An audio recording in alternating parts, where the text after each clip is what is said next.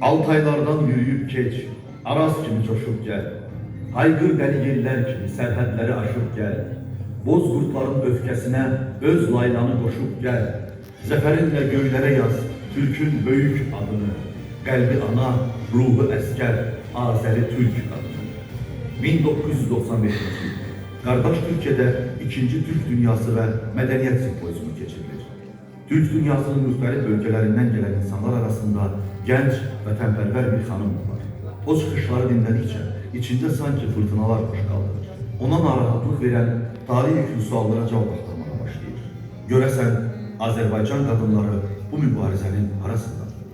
Biz mübarizəyə hardan, nədən başlamalıyıq?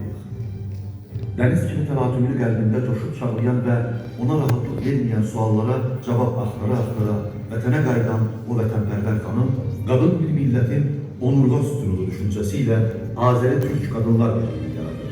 1995-ci ildə yaranan və 1996-cı il mayın 3-də rəsmi qeydiyyatdan keçən Azəri Türk Qadınlar Birliğinin adının özü belə o dövr üçün böyük mübarizənin göstəricisi idi. Bu mübarizənin başında dayanan o mübariz xanım isə Azərbaycan Türk dünyası ictimai əlaqələrinin inkişafında, türkçülüyün təbliğində mühüm xidmətləri olan ictimai xadim, Turan sevdalısı, Tənzilə Rüstəmxanlı kimi mümtaz və dəyanətli qadınların çalışmaları ilə mümkün olacaq. Türk Dünyası Araştırmaları Vəkfinin qurucusu Profesör Turan Yazganın inan və qürurla söylədiyi sözlər dövlətçiliyinə sədaqəti, amanlarına sadiqliyi ilə gücünə güc qatıb irəliləyən mübariz Türk xanımının haqq yoluna verilən ağsaqqal dəyəri idi.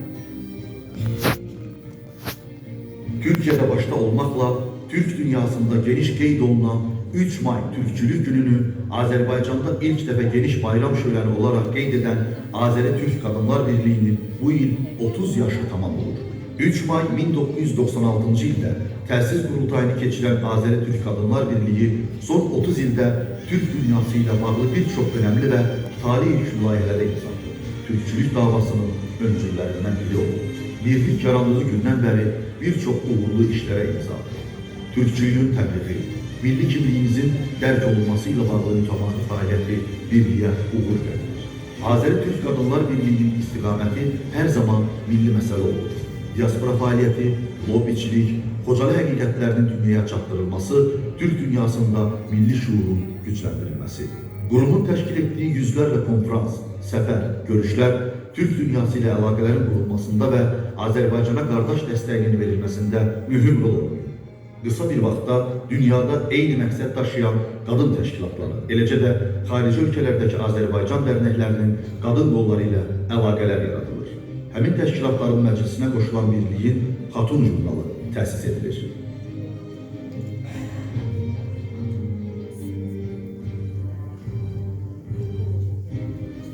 Hər birimizin hardasa talihindən keçəcək, hər birimizin hardasa fəaliyyətini əks etdirəcək bir gözəl jurnalın bugün işığımızı görməsi münasibətilə buraya yığılmışıq.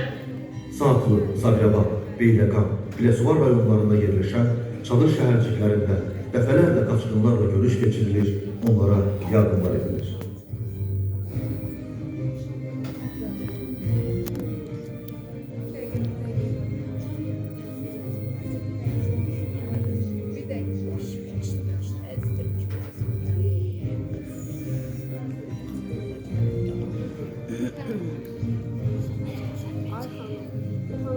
Birliğin sədri Tənzilə Rüstəmxanlı Kanada Azərbaycanlıları Milli Federasiyasının dəvəti ilə Torontoya səfər edir.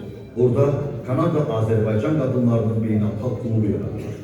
Kanada'nın bir çox nüfuslu qadınları bu klubun üzvüdür.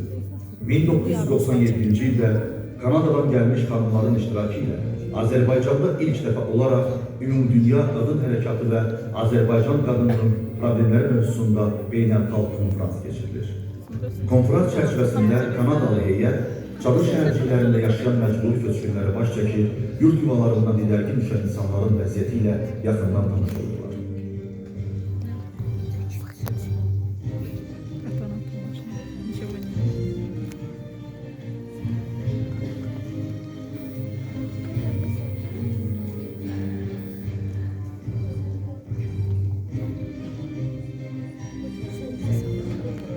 Həmin dövrdə Türk dünyasının böyük şairi Yavuz Bülent Bakilərlə görüşlər təşkil edilir. Neçə dəyərli aydınımızla birlikdə xalq şairi Bəxtiyar Vahabzadəni də çıxış edən görürük bu görüşlərdə. Bu gecədən bunu değişik. Şair varmış. Tarih sanatçılar ve onun kanıtı teşekkür ederim. Ben bu dergi bu toplantıdan sonra